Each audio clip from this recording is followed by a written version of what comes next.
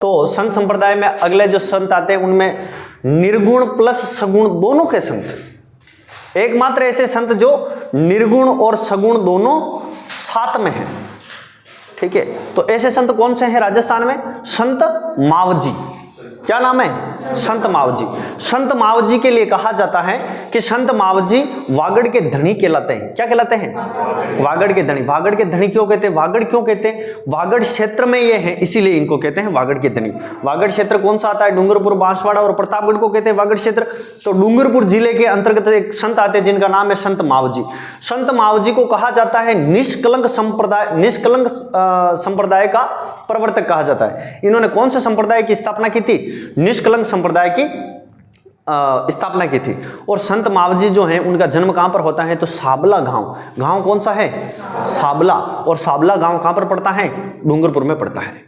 कौन से जिले में पड़ता है? डूंगरपुर में। अब बहुत सारी किताबें और बहुत सारे लोग बताते हैं कि संत मावजी की जो स्थान है वो निष्कलंक संप्रदाय की जो प्रमुख पीठ है वो और बेणेश्वर धाम जो है ये दोनों एक ही जगह पर है। तो ये दोनों एक ही जगह पर नहीं है, ये दोनों अलग अलग जगह पर हैं। क्यों? क्योंकि यहां पर देखिएगा माही नदी जो है, माही नदी के किनारे पर संत मावजी का जो मंदिर बना हुआ है डूंगरपुर में साबला गांव में, वो अलग जगह पर है। और माही नदी के ऊपर जो बेणेश्वर धाम बना हुआ है वो नवाटापुरा में है। डूंगरपुर बांसवाड़ा जो है उनकी सीमा पर बना हुआ है। और ये वहां पर जहां पर तीनों नदियों का संगम आकर मिल रहा है, जैसे माही, सोम और जाखम तीनों नदियां मिलती हैं। और ये उल्टे यू आकार की जो नदी है माही नदी, ये कर्क रेखा को 2 बार काटती है। और कौन से जिले में है? बांसवाड़ा जिले में है। जिस बांसवाड़ा जिले में माही नदी के ऊपर माही बजाज सागर बांध बना हुआ है, जो राजस्थान का सबसे लंबा बांध है। राजस्थान का सबसे लंबा बांध कौन सा है? माही बजाज सागर बांध है। राजस्थान का सबसे ऊंचा बांध कौन सा है? ये बांध है। ये ओशो तो नाम तो होनी को नहीं फिर ही बांध कटे बांध ही बांध है। सबसे ऊंचा बांध जाखम बांध प्रतापगढ़ में 81 मीटर ऊंचा है ना। पढ़ चुके हैं अपन भाई भूगोल में, है ना। भूगोल में अच्छा तुमने नहीं पढ़ा था। चलो, तो सबसे पहला जो आपका अपना टॉपिक है वो टॉपिक क्या रह जाएगा? संत मावजी।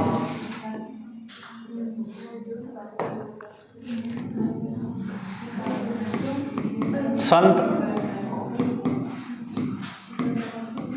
मावजी। संत मावजी जो हैं, और संत मावजी ने किस संप्रदाय की स्थापना की थी? तो निष्कलंक संप्रदाय की स्थापना की थी। संत मावजी के बारे में थोड़ी सी पहले जानकारी देख लेते हैं। इनका जन्म कहां पर होता है? कौन से जिले के संत हैं? किस प्रकार के संत हैं? तो जन्म होता है इनका साबला गांव। गांव कौन सा है? साबला गांव।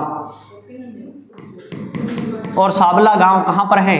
तो साबला गांव आपका डूंगरपुर जिले में है। कहां पर है? डूंगरपुर जिले में। संत मावजी को सगुण प्लस निर्गुण दोनों के संत माने जाते हैं। दोनों के संत माने जाते हैं। अपन पढ़ते आ रहे थे कि ये संत जो हैं निर्गुण के हैं, ये संत कौन से हैं? सगुण के हैं। लेकिन यहां पर ये एकमात्र ऐसे संत हैं जो सगुण और निर्गुण दोनों के हैं। ठीक है ना। दोनों के संत एकमात्र है। निष्कलंक संप्रदाय की स्थापना की।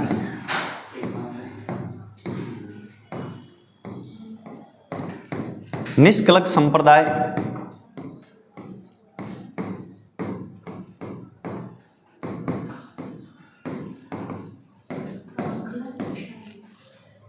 स्थापना की इन्होंने। साबला, सांकला नहीं, साबला। आप सांकला मत कर देना।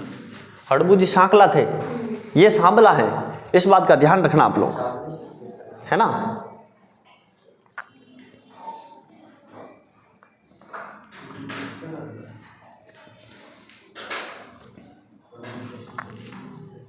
इनको अभी देखा था अपन ने कि इनके लिए क्या कहा जाता है? वागड़ का धनी। वागड़ का धनी, धनी कहते हैं। वागड़ का धनी क्यों कहते हैं इनको? क्योंकि भीलों के लिए, कौन सी जाति के लिए? भीलों के लिए, भील जनजाति के लिए इन्होंने क्या चलाया था? भीलों के लिए वागड़ में लसाड़िया आंदोलन चलाया। लसाड़िया का पठार भी है, लसाड़िया आंदोलन चलाया, लसाड़िया गांव भी है।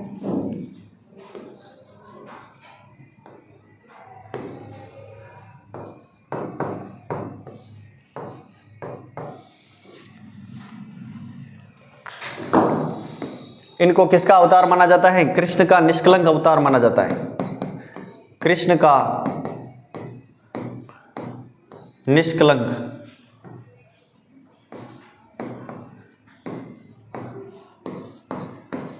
अवतार माना जाता है।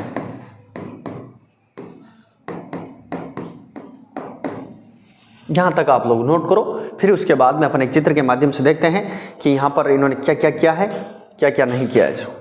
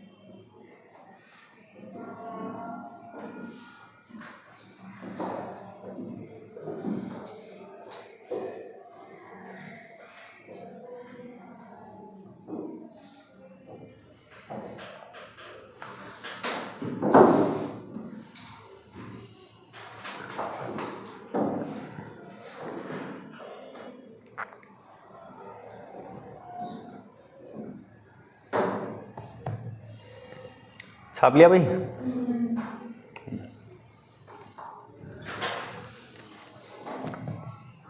आप लोग कंप्यूटर पढ़ रहे हो कि नहीं पढ़ रहे हो? साथ में नहीं पढ़ रहे हो? कंप्यूटर पे पढ़ना है, हिंदी को साथ साथ में पढ़ना है, हिंदी का ध्यान रख लेना। हिंदी की जो 9th से लेकर जो 12th तक की जो किताब है वो किताब ले लेना कहीं से स्कूल से, ठीक है? या 35-40 रुपये में यहाँ पर बुक डिपो पर मिल जाएगी।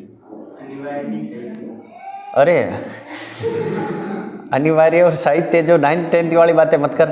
9th क्लास से लेकर 12th क्लास के लिए एक ही बुक चलती है हिंदी व्याकरण की, है ना? उस बुक को पढ़ना है तुम्हें, उस बुक के अलावा और कहीं से कुछ भी नहीं पढ़ना है। हाँ, स्कूल में, गांव के स्कूल में मिल जाए तो अच्छी बात है, नहीं मिले तो बुक डिपो मिल जाएगी। 35-40 रुपये लगेंगे। जो सरकारी किताब है उसकी रेट बिल्कुल कम है। और अपन किसके पीछे पड़े हुए हैं? जो गाइडो हैं उन गाइडो के पीछे पड़े हुए अपन, और गाइडें महंगी हैं। उससे अच्छा है जो ऑथेंटिक चीज़ें वो देखो यार, क्यों फोकट में उनके पीछे पड़े हो? अब देखो, संत महावीर जी के लिए क्या कहा जाता है? एक नदी आती इस प्रकार से, आकार कैसा नदी का? उल्टा यू आकार है। इस नदी में एक नदी इधर से आकर मिलती है, एक नदी इधर से आकर मिलती है, ठीक है? इस साइड से नदी आकर मिलती है जिसका नाम है जाखम नदी। क्या नाम है? जाखम नदी। यहां से नदी आकर मिलती है जिसका क्या नाम है? सोम नदी। ये सोम, माही, जाखम जो तीनों नदियां हैं, और ये नदी जो है ये कहां से आ रही है अपने पास में? एमपी से। और इस नदी का क्या नाम है? माही नदी, ठीक है? अब बांसवाड़ा जो है, बांसवाड़ा इस साइड में रहता है, बांसवाड़ा इस साइड में है, डूंगरपुर इस साइड में है, डूंगरपुर। और यहां पर क्या है? त्रिवेणी संगम। और इस त्रिवेणी संगम के लिए कहा जाता है कि बेणेश्वर धाम, त्रिवेणी संगम, ठीक है? इस त्रिवेणी संगम के लिए कहा जाता है बेणेश्वर धाम, बेणेश्वर धाम। और बेणेश्वर धाम जो है उसी, वो कहां पर है? तो नवाटापुरा, नवाटापुरा, ठीक है? और कहां पर पड़ेगा? तो बांसवाड़ा में पड़ेगा, बांसवाड़ा जिला लगेगा। इस बेणेश्वर धाम को क्या कहते हैं? आदिवासियों का कुंभ, आदिवासियों का कुंभ कहलाता है। ये क्या कहलाता है? कुंभ कहलाता है, आदिवासियों का कुंभ। और यहां पर मेला कब लगता है? तो माघ पूर्णिमा के दिन। कब लगता है? माघ पूर्णिमा को मेला, माघ पूर्णिमा को मेला लगता है। और माघ पूर्णिमा के दिन यहाँ पर मेला लगता है और आदिवासी लोग यहाँ पर एकत्रित होते हैं और यहाँ पर मेला लगाते हैं और एकत्रित होते हैं, इनकी पूजा करते हैं। और यहाँ पर जो शिवलिंग जो है इस मंदिर में शिवलिंग विश्व का एकमात्र खंडित शिवलिंग है। कौन सा शिवलिंग है? खंडित शिवलिंग। खंडित शिवलिंग जो मतलब इसके जैसा और कहीं पर भी देखने को नहीं मिलेगा, विश्व का है, इसका मतलब भारत का और राजस्थान का तो हो ही गया, है ना। तो ऑल ओवर वर्ल्ड में केवल खंडित शिवलिंग की पूजा कहां पर की जाती है? तो यहां पर की जाती है। ये पूछा हुआ प्रश्न है, खंडित शिवलिंग की पूजा, शिवलिंग की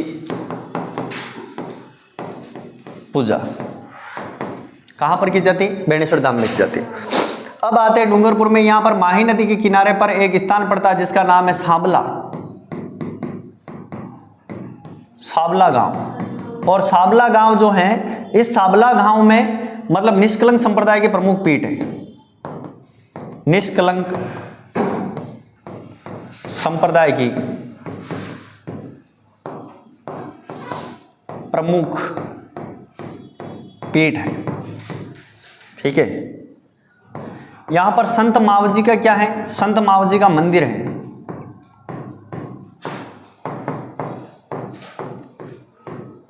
मंदिर बना है। यहीं पर थोड़ा सा आगे चलते हैं तो यहां पर एक नदियों का संग, तीनों नदियां आकर मिलती हैं। यहां पर एक बांध बना हुआ जिस बांध का नाम है माही बजाज सागर बांध। क्या है? माही बजाज सागर बांध। कौन से जिले में पड़ता है? तो बांसवाड़ा में पड़ता है। कहां पर पड़ेगा? बांसवाड़ा में पड़ेगा। ये माही बजाज सागर बांध है राजस्थान का सबसे लंबा बांध, राजस्थान का सबसे लंबा बांध है। इसमें ये जो माही बजाज सागर परियोजना भी है और माही बजाज सागर परियोजना में 50-50% है किसकी? गुजरात और राजस्थान की योगदान है, दोनों राज्यों का। लेकिन पानी जो है, पानी तो 50-50 यूज करते हैं, लेकिन बिजली जो उत्पादन होती है वो सारी 100% कौन वो करता है? राजस्थान करता है। गुजरात इसमें से बिजली नहीं लेता है। यहीं पर कौन सी परियोजना है? माही बजाज सागर परियोजना पूछा हुआ है, माही बजाज सागर परियोजना। ये माही बजाज सागर परियोजना है जो किसका उपक्रम है? संयुक्त उपक्रम किसका? ये पूछा जाता है। राजस्थान प्लस गुजरात, ये भी 50% है और प्लस ये भी 50% है, कुल मिला के 100% है। जिसमें से बिजली कौन लेता है? राजस्थान लेता है। इस जाखम नदी के ऊपर यहां पर एक छोटा बांध और बना हुआ है, राजस्थान का सबसे ऊंचा बांध, राजस्थान का सबसे ऊंचा बांध। समझ में आ जाएगी बात? ध्यान में रह जाएगी? हैं? कर सकते हो याद? कोई दिक्कत नहीं है ना? ठीक है भाई, नोट कर लो इसको। ऐसे कैसे नोट करोगे तो और भी अच्छा रहेगा, ठीक है ना।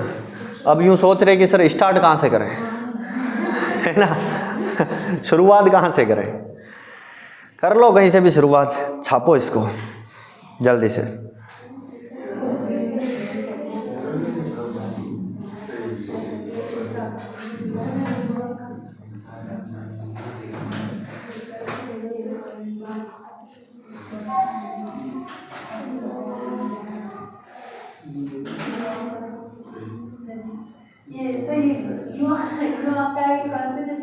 माही नदी, माही नदी, हाँ माही नदी। उल्टे यू आकार की, यू आकार नहीं, उल्टे यू आकार की। यहां पर लिखने का तो देखो डिटेल तो इतनी है कि पूरा दिन तक पढ़े ना इस टॉपिक को तो भी खत्म नहीं होने दें अपन, इतनी डिटेल है। क्योंकि ज्योग्राफिक तौर पर भी देख लें, ऐतिहासिक रूप से भी देख लें और कला संस्कृति के तौर पर भी देख लें और वहां का फिर डूंगरपुर बांसवाड़ा का प्रजा मंडल भी देख लें, एकीकरण भी देख लें, है ना। तो सारा देखें तो पूरे दिन भर चलेगा टॉपिक तो। लेकिन यहाँ पर जो मेन मुख्य जानकारी जो है अपनी वो यहीं तक रखेंगे। और माही नदी जो है वो कर्क रेखा को 2 बार काटती है, ये जरूर लिख लेना, कर्क रेखा को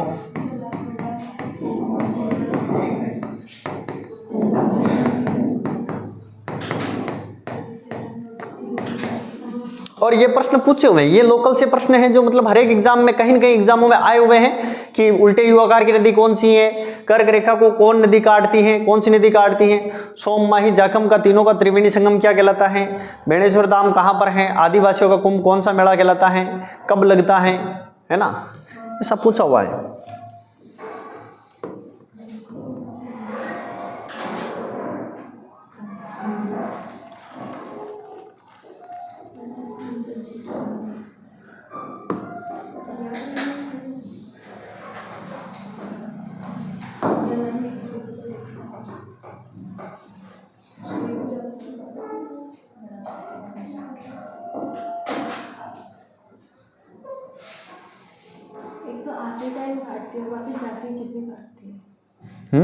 हाँ, एक तो यूं ऊपर जाती है उस समय भी काटती है, हाँ राजस्थान में अंदर आती है तो उस समय भी काटती, बांसवाड़ा से वापस निकलती है उस समय डूंगरपुर से काटती हुई निकल जाती।